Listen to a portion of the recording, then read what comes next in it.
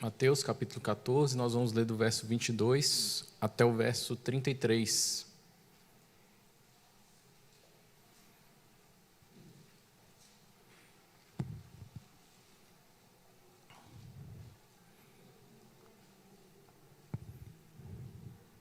Nós não vamos explorar esse trecho todo, a outra parte vai ficar para uma próxima vez, mas é bom a gente ler o trecho todo para a gente ter uma noção de toda a passagem da Escritura que a gente vai ler. Amém? Vamos, assim diz a palavra do Senhor. Logo a seguir, compeliu Jesus os discípulos a embarcar e passar adiante dele para o outro lado, enquanto ele despedia as multidões, e despedidas as multidões, subiu ao monte a fim de orar sozinho. Em caindo a tarde, lá estava ele só. Entretanto, o barco já estava longe, a muitos estádios da terra, açoitado pelas ondas, porque o vento era contrário. Na quarta vigília da noite, foi Jesus ter com eles, andando por sobre o mar. E os discípulos, ao verem-no andando sobre as águas, ficaram aterrados e exclamaram: "É um fantasma!" E tomados de medo, gritaram. Mas Jesus imediatamente lhes disse: "Tende bom ânimo, sou eu, não temais." Respondendo-lhe Pedro, disse: "Se és tu, Senhor, manda-me ir ter contigo por sobre as águas." E ele disse: "Vem." E Pedro, descendo do barco, andou por sobre as águas e foi ter com Jesus. Reparando, porém, na força do vento, teve medo, e começando a submergir, gritou: "Salva-me, Senhor!"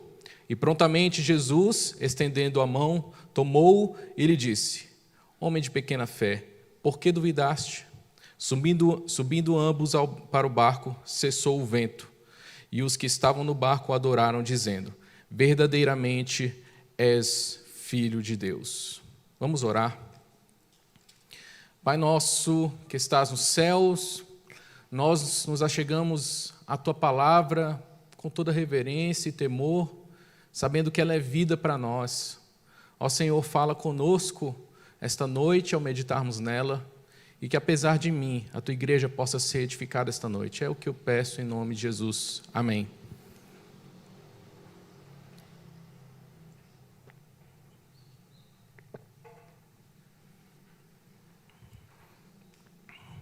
Dois caçadores conversavam em seu acampamento. Um deles começou: "O que você faria se estivesse agora na selva e uma onça aparecesse bem na sua frente?" E o outro respondeu: "Dava um tiro nela." "Mas se você não tivesse nenhuma arma?" "Aí eu matava ela com o meu facão." "Mas se você não tivesse facão?" "Aí eu pegava um pau para bater nela." "Mas e se não tivesse nenhum pau por perto?" "Aí eu subia numa árvore." "E se não tivesse nenhuma árvore?" Aí o outro caçador virou e falou: "Você é meu amigo ou é amigo da onça?" Dizem que é daí que vem a expressão amigo da onça.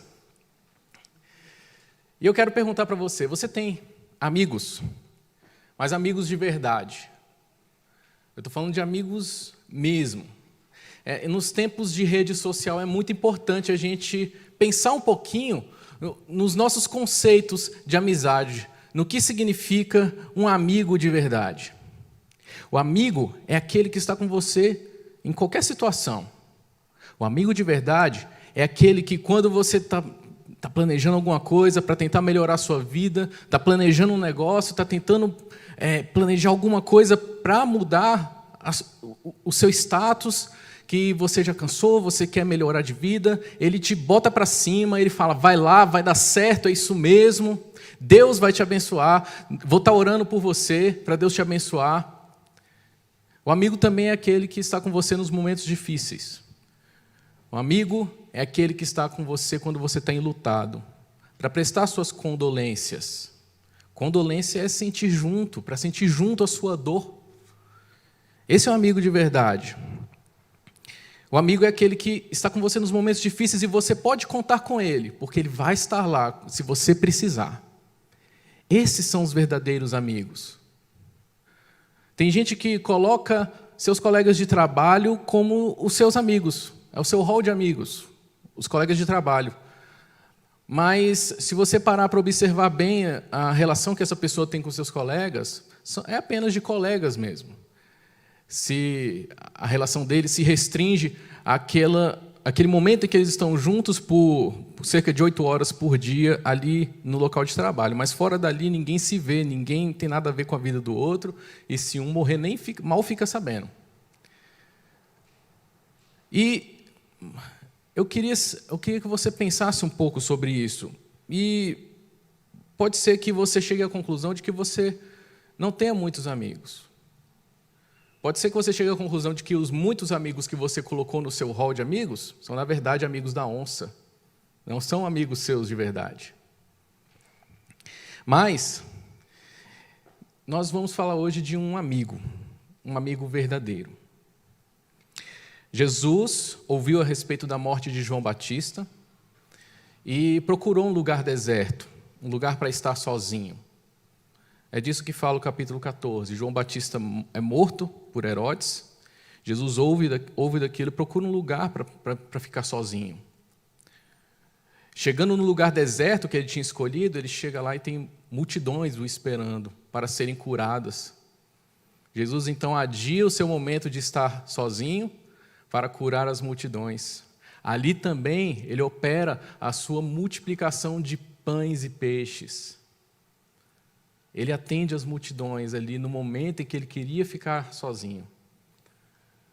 No final ali de atender as multidões, ele manda os seus discípulos atravessarem o mar à frente dele.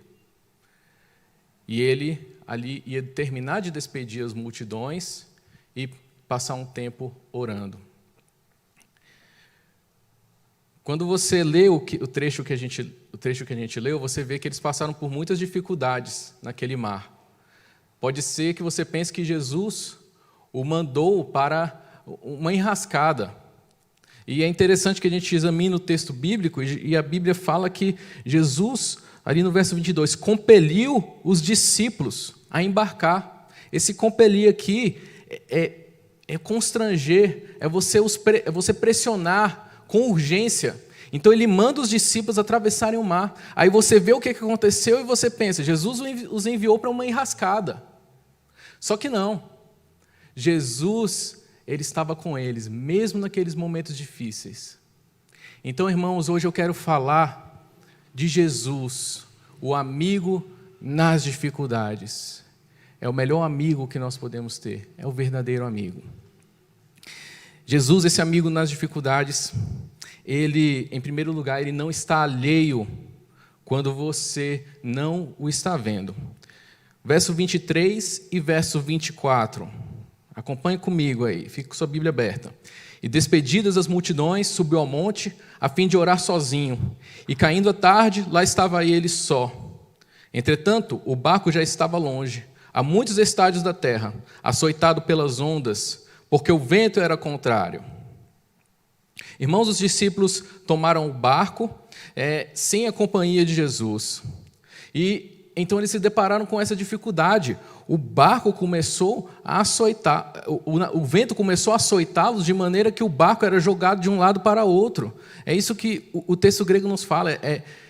O barco estava sendo batido, estava sendo jogado. A palavra ali para açoitado pode ser traduzida também torturado. Então imaginem a dificuldade em que eles estavam, imaginem o medo com que eles estavam no meio do mar, no meio da noite, sendo açoitados pelas ondas. E Jesus não estava ali com eles. Jesus estava distante, estava em terra. Mas, nesses momentos, irmãos, em que Jesus está distante, nós precisamos lembrar que não é um amigo qualquer, é Jesus. É ridículo nós pensarmos que aquele que abriu mão do seu momento de estar sozinho, aquele que não mediu situações para atender aqueles que precisavam, para curar os enfermos, aquele que olhou para 5 pães e 2 peixinhos e multiplicou para que milhares de pessoas comessem. É ridículo pensar que este homem estaria alheio à situação em que eles estavam passando. Mas Jesus não estava. Jesus, enquanto eles foram para o mar, Jesus atendia as multidões. Você já parou em momentos, já esteve em momentos em que Deus parecia distante de você? Já houve momentos na sua vida em que você olhou para o nome Emanuel, Deus conosco, mas aquilo não tinha um significado real para a sua vida? Já houve momentos assim? Pois bem, você precisa pensar que Jesus, naquele momento, ele atende as multidões também. Jesus não atende apenas você. Jesus não está olhando apenas para a sua necessidade, o seu desconforto momentâneo. Jesus não está olhando apenas para o seu sofrimento, mas Jesus está controlando todo o universo e ele atende as multidões. Às vezes, a sua dificuldade pode ser bênção para alguma outra pessoa. Vejam os discípulos passando por aquela situação difícil no mar. Hoje nós podemos olhar para essa história e sermos edificados. Às vezes a sua dificuldade, Deus tem um propósito muito maior, de abençoar outras pessoas, enquanto você está passando por essa dificuldade. Talvez o tempo, o dinheiro que você vai gastar na sua dificuldade, no sofrimento pelo que você está passando, vai ser um dinheiro que vai abençoar um outro filho de Deus. Você já parou para pensar nisso? Então não é que Deus está distante de você, Ele está controlando todas as coisas, mas a perspectiva de Jesus ela é muito maior.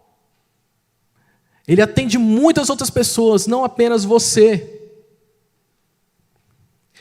Jesus também, além de atender as multidões, Jesus também estava naquele momento orando.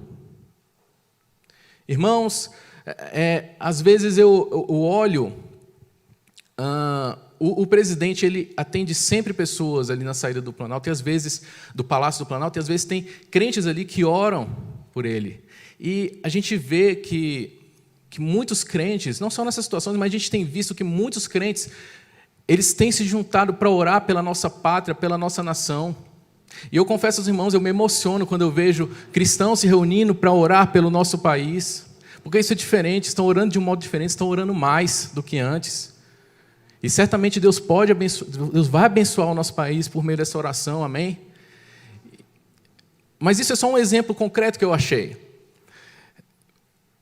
A gente pode também olhar para os momentos em que cristãos, irmãos da igreja, estão passando por momentos difíceis, estão passando por dificuldades terríveis, estão ali passando por um luto, estão passando por momentos em que eles pensam que perderam tudo, e a igreja se reúne para cobri-los com a oração. É emocionante, irmãos, quando a gente vê isso, quando a gente vê a ligação que o povo de Deus tem uns com os outros, orando, na dependência de Deus. E ali nós somos edificados, nós somos consolados, somos confortados, e é bênção às vezes, não só para aquele que está passando pelo sofrimento, mas todos que estão ali orando são abençoados. A oração é um momento sublime em que nós estamos com Deus. E se, irmãos, a oração dos crentes, a nossa oração, já é algo que nos consola e nos conforta de tal forma, imaginem a oração do próprio Cristo. E era isso que Jesus estava fazendo, ele estava orando. Nesses momentos, irmãos, em que você pensa que Deus está distante, que Jesus não está com você, lembre, Jesus, ele ora por você. Jesus ora. Você pode ir lá para João 17 e ver que Jesus orou por você. E a oração dele por você, por mim, por nós, está registrada nas Escrituras para todo sempre. E você pode olhar para aquilo e ser consolado no momento de dificuldade. Você pode olhar para aquilo e receber um conforto que nada no mundo pode te dar. Somente a consciência de que Deus está olhando por você pode dar esse conforto, esse consolo. Jesus, ele não apenas orou por nós quando ele estava encarnado, andando no nosso meio, mas ele ainda intercede por nós por meio do Espírito Santo. E é isso que Romanos 8:26 nos diz, também o Espírito semelhantemente nos assiste em nossa fraqueza, porque não sabemos orar como convém, mas o mesmo Espírito intercede por nós sobremaneira, com gemidos inexprimíveis. Jesus, quando parece distante, lembre, Jesus orou e ora por você. Em segundo lugar, Jesus, um amigo nas dificuldades, ele vai até você sem atraso. Versos 24 e 25. Entretanto, o barco já estava longe, a muitos estádios da terra, açoitado pelas ondas, porque o vento era contrário. Na quarta vigília da noite, foi Jesus ter com eles. Só até aqui.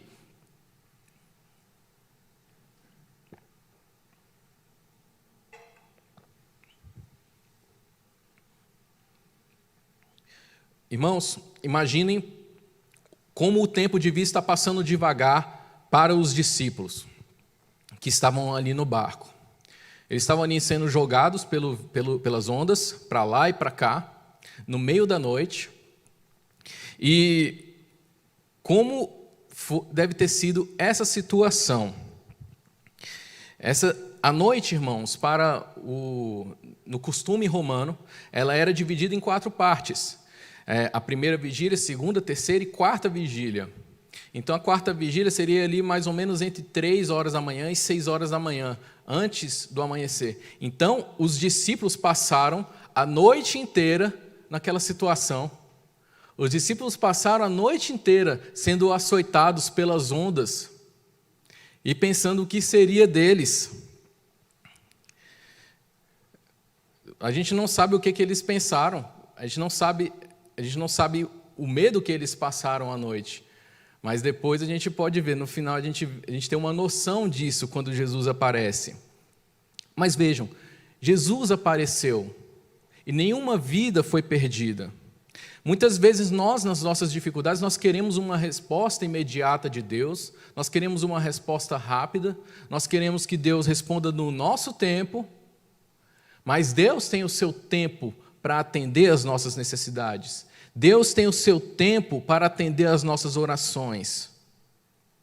Deus permite, às vezes, que nós fiquemos muito tempo no sofrimento, porque Ele tem um propósito. Repare mais uma vez, eles ficaram a noite inteira. Jesus apareceu já no final da noite, alta madrugada, já quase amanhecendo. Foi a hora que Jesus apareceu. Mas nós precisamos, irmãos, numa situação assim, ter certeza de que Jesus virá até nós, mas no tempo certo. No momento em que Ele tiver cumprido o propósito dEle para a nossa vida. Cristo não se atrasa. Cristo não tarda um segundo. O tempo que Ele vem é o tempo certo. Nós pensamos que às vezes Ele tarda, mas na verdade o tempo dEle é o tempo certo. O que nós precisamos é ter consciência de que Ele virá, Ele nos atenderá, Ele estará conosco. Ele estará conosco no preciso momento. Então, meu irmão, minha irmã, se Jesus está parecendo demorar na sua dificuldade, na sua luta, lembre que Ele virá no tempo certinho. Não é o seu tempo, é o tempo dEle, mas é o tempo certo. Em terceiro lugar, irmão, Jesus, esse amigo nas dificuldades, ele vai até você, de um modo que você nem imagina. Agora o verso 25. Na quarta vigília da noite, foi Jesus ter com eles, andando por sobre o mar. Pode ser que quando Jesus mandou os discípulos se dirigirem ao mar, atravessarem o mar, eles tenham se perguntado, como Jesus vai nos alcançar? Porque Jesus falou para eles irem na frente. Então, pressupõe-se que Jesus os encontraria. Então, pode ser que eles tenham ficado numa dúvida.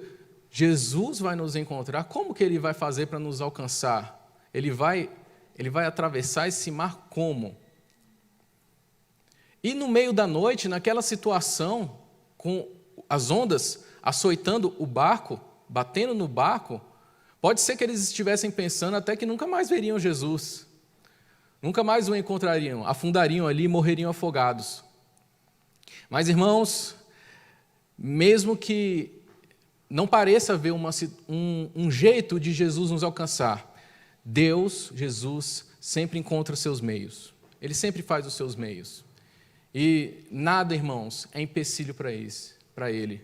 O mar não poderia ser empecilho para aquele que fez o céu e a terra.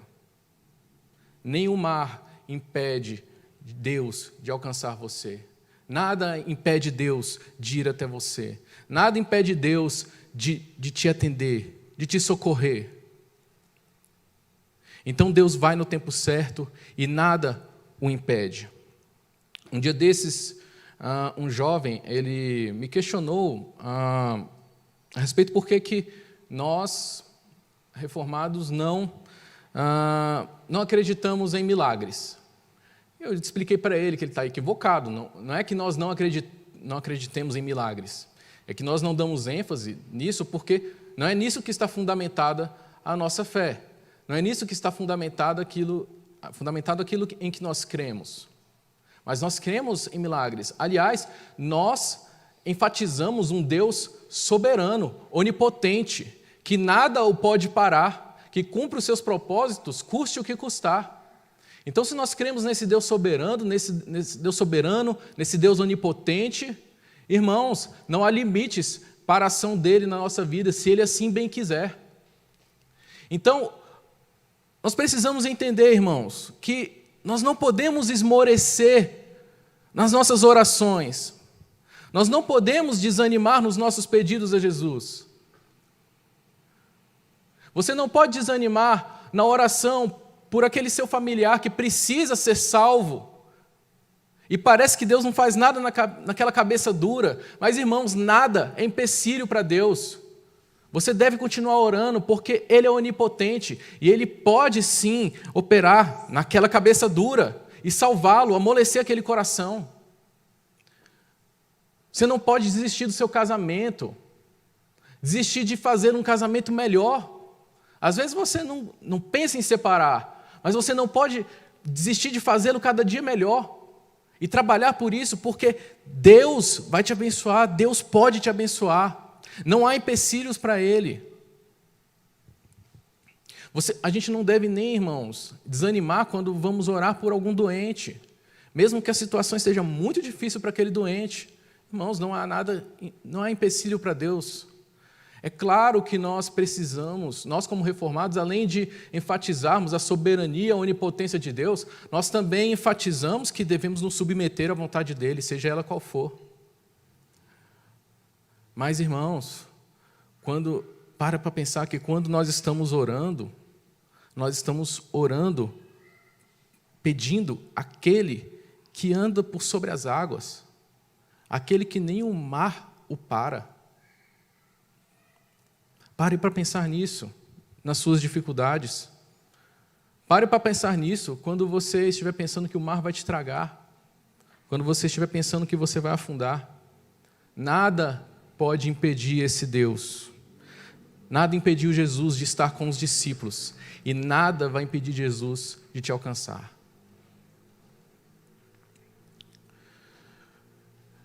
Irmãos, Jesus, o amigo nas dificuldades, em quarto lugar, ele diz a você, não temas, versos 26 e 27. E os discípulos, ao verem-no andando sobre as águas, ficaram aterrados e exclamaram: é um fantasma! E tomados de medo, gritaram. Mas Jesus imediatamente lhes disse: tende bom ânimo, sou eu, não temais.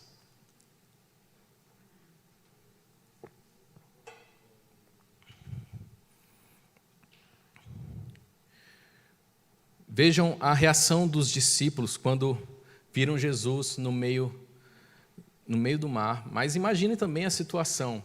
Eles estão ali no escuro, no meio da noite, alta madrugada, ventos os jogando para lá e para cá, as ondas açoitando o barco, e de repente eles veem alguém andando por sobre as águas. Bom, a reação deles, irmãos, a verdade é que a reação deles foi infantil. É um fantasma. É um fantasma. Eles não discerniram ali que era Jesus. Eles não perceberam que era Jesus. Isso nos mostra que, às vezes, a nossa reação diante das dificuldades também, ela pode ser uma reação infantil. Na verdade, a nossa reação, normalmente, diante das dificuldades, é uma reação infantil. Por mais que você seja experiente, por mais que você já tenha idade, por mais que você já tenha aí 50, 60, 70, vida inteira de crente, A nossa reação diante das dificuldades normalmente é uma situação infantil, porque nós facilmente deixamos de confiar em Deus.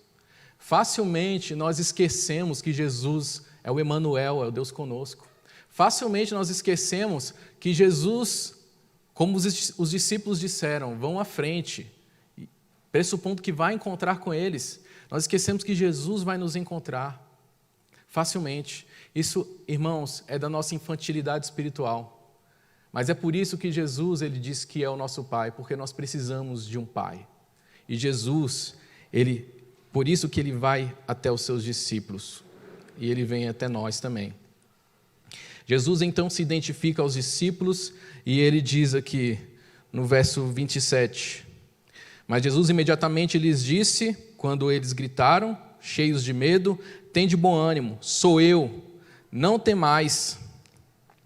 Queridos, essa expressão aqui que Jesus diz, sou eu, ela no grego é eu sou. Para os irmãos entenderem o que é o eu sou é o mesmo termo que Deus usou para se identificar a Moisés no Êxodo. Ele disse, eu sou. O termo grego que nós temos aqui no Evangelho de Mateus é exatamente o termo que está na Bíblia Septuaginta, que é o Velho Testamento grego. Quando Deus se identifica a Moisés, ele diz, eu sou. Aí, irmãos, a gente olha para Jesus, que essa manifestação dele era uma manifestação miraculosa. Ele estava andando por sobre as águas. Irmãos, não era uma coisa normal. Aquilo era uma demonstração de poder dele, de que ele tinha o controle sobre as águas, que ele tem o controle sobre a criação. E a gente olha também que os discípulos, no verso 33, eles adoram a Jesus, depois de todos esses acontecimentos, e falam, verdadeiramente és filho de Deus, reconhecendo que estavam ali diante de Deus. Irmãos, o que nós temos aqui, quando Jesus se identifica, nós temos o Deus encarnado, se dirigindo aos discípulos e falando, eu sou, tende bom ânimo, não temais. E você já parou para pensar que aquele que está ao seu lado é esse mesmo eu sou, é esse mesmo Jesus? Você já parou para pensar que quando você se tornou cristão, o Espírito de Deus passou a habitar em você, então o eu sou está dentro de você. E você agora não precisa temer nada, não precisa temer vendaval, não precisa temer onda nenhuma, porque o eu sou está com você para todo sempre. É o eu sou que se dirige até nós e diz, tende bom ânimo, não temais.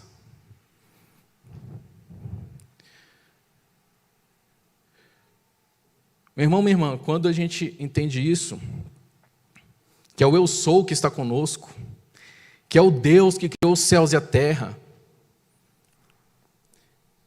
é o Deus encarnado e que veio habitar dentro de nós, não há nada a temer, não há perigo algum a temer, não há privação alguma a temer, não há pelo que nós até mesmo nos deprimirmos. Para que a gente vai ficar deprimido se o eu sou está dentro de nós? Verdadeiramente, Emanuel, Deus conosco, está conosco para todo sempre. Não há o que lamentar. Não há perda para você sentir. Porque com o eu sou ao seu lado, você já tem tudo. Você tem tudo que você podia ter. E você tem algo muito maior do que qualquer coisa que você possa perder. Eu quero concluir, irmãos, dizendo duas coisas. A primeira é a seguinte. Pode ser que, assim como os discípulos foram levados por Jesus a uma situação complicada, pode ser que por amor a Jesus, por Ele, você tenha se encontrado em uma situação difícil. Pode ser que, ao desejar se tornar cristão, ao decidir se tornar cristão, ao se tornar cristão, isso tenha trazido algumas dificuldades na sua vida. Pode ser que você tenha decidido lutar contra os seus pecados, isso tem trazido muito desconforto, muitas lutas, isso tem trazido muitos problemas, por causa dos pecados que você quer tirar da sua vida. Isso tudo Jesus te levou a fazer. Mas eu quero dizer a você que Jesus é o melhor amigo que você podia ter numa situação assim. Ele não vai te abandonar jamais. Mesmo que pareça distante, Ele não vai te abandonar. Mesmo que pareça demorado, Ele não vai te abandonar. E segunda coisa, para terminar, quando eu falei no início sobre os amigos, pode ser que você tenha chegado à conclusão de que você não tem nenhum amigo de verdade. Bom, eu quero dizer a você, se você é um cristão, que você tem o melhor amigo que você podia ter, que é Cristo. Então você não tem motivo para sentir falta de nada, você não tem motivo para ficar triste.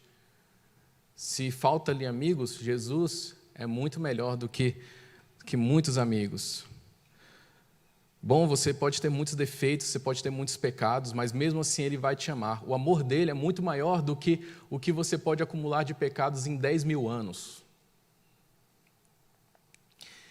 E eu queria dizer a você que, se é que você chegou à conclusão de que você não tem nem amigos aqui na terra e de que nem tem Cristo como amigo, bom, creia no Evangelho, creia no nome de Cristo.